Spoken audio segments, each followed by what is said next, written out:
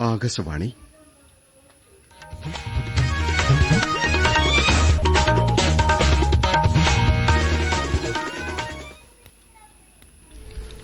നമസ്കാരം.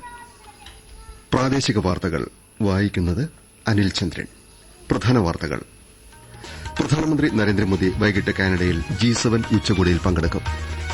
ദുരന്ത നിവാരണ രംഗത്ത് ഇന്ത്യ ആഗോളതലത്തിൽ മുൻനിരയിലേക്ക് നീങ്ങുകയാണെന്ന് ആഭ്യന്തരമന്ത്രി അമിത്ഷാ. നിലമ്പൂർ ഉപതെരഞ്ഞെടുപ്പിൽ പരസ്യപ്രചാരണത്തിന് ഇന്ന് കൊട്ടിക്കലാശം. സംസ്ഥാനത്ത് കാലവർഷം തുടരുന്നു.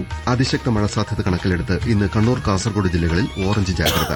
കാസർകോട്ട് വിദ്യാഭ്യാസ സ്ഥാപനങ്ങൾക്ക് അവധി. കണ്ണൂർ കൊട്ടിയൂർ വൈശാഖോത്സവത്തിലെ പ്രധാന ചടങ്ങായ ഇളനീർവെപ്പ് രാത്രി ആരംഭിക്കും. വാർത്തകൾ വിശദമായി. പ്രധാനമന്ത്രി നരേന്ദ്രമോദി വൈകിട്ട് കാനഡയിലെ കനാനാസ്കിസിൽ G7 ഉച്ചകോടിയിൽ പങ്കെടുക്കും. പ്രധാനമന്ത്രി തുടർച്ചയായി പങ്കെടുക്കുന്ന 6ാമത്തെ G7 ഉച്ചകോടിയാണിത്. കനേഡിയൻ പ്രധാനമന്ത്രി മാർക്ക് കാർണിയുടെ ക്ഷണപ്രകാരം 2 ദിവസത്തെ സന്ദർശനത്തിനെത്തിയ നരേന്ദ്രമോദി ഉച്ചകോടിക്കിടെ നിരവധി ഉഭയകക്ഷി ചർച്ചകളും നടത്തും. ആഗോള വിഷയങ്ങളെക്കുറിച്ച് രാജ്യത്തലവന്മാരുമായും അന്താരാഷ്ട്ര സംഘടനാ മേധാവികളുമായും പ്രധാനമന്ത്രി കാഴ്ചപ്പാടുകൾ പങ്കുവയ്ക്കും. ഊർജ്ജ സുരക്ഷ, സാങ്കേതികവിദ്യ, നിർമ്മിത ബുദ്ധി തുടങ്ങിയ വിഷയങ്ങളെ അടിസ്ഥാനമാക്കിയായിരിക്കും കൂടിക്കാഴ്ചകൾ.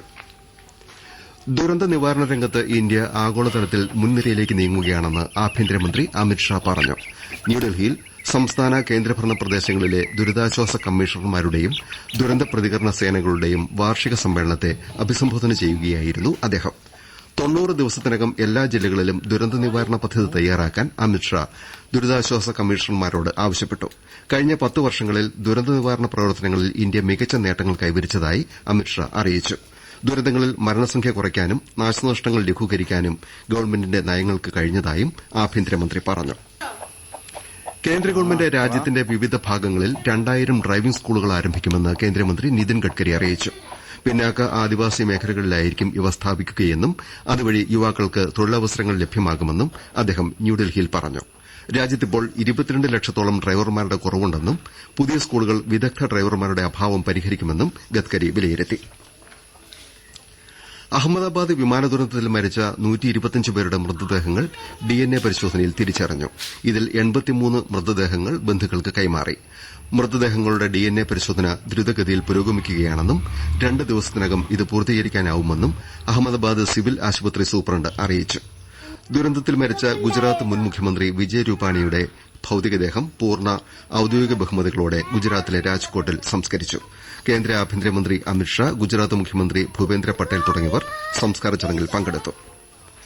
അഹമ്മദാബാദ് വിമാന ദുരന്തത്തിൽ എയർക്രാഫ്റ്റ് ആക്സിഡന്റ് ഇൻവെസ്റ്റിഗേഷൻ ബ്യൂറോ പ്രാഥമിക അന്വേഷണ റിപ്പോർട്ട് പ്രസിദ്ധീകരിച്ചെന്ന സാമൂഹ്യ മാധ്യമങ്ങളിലെ പ്രചാരണം കേന്ദ്ര ഗവൺമെന്റ് തള്ളി. ഇത്തരം വാർത്തകൾ വ്യാജമാണെന്ന് PAB ഫാക്ട് ചെക്ക് യൂണിറ്റ് സമൂഹമാധ്യമ പോസ്റ്റിൽ വ്യക്തമാക്കി. ഇന്ന് ലോക മരുവൽക്കരണ വരൾച്ച പ്രതിരോധ ദിനം. മരുവൽക്കരണവും വരൾച്ചയും പ്രതിരോധിക്കാൻ തന്ത്രങ്ങൾ എന്ന വിഷയത്തിൽ ജോധ്പൂരിൽ ദേശീയ ശില്പശാല സംഘടിപ്പിക്കും.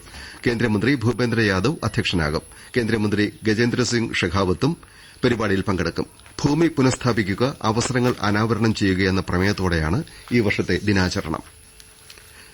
നിലമ്പൂർ ഉപതെരഞ്ഞെടുപ്പിൽ പരസ്യപ്രചാരണത്തിന് ഇന്ന് കൊട്ടിക്കലാശം.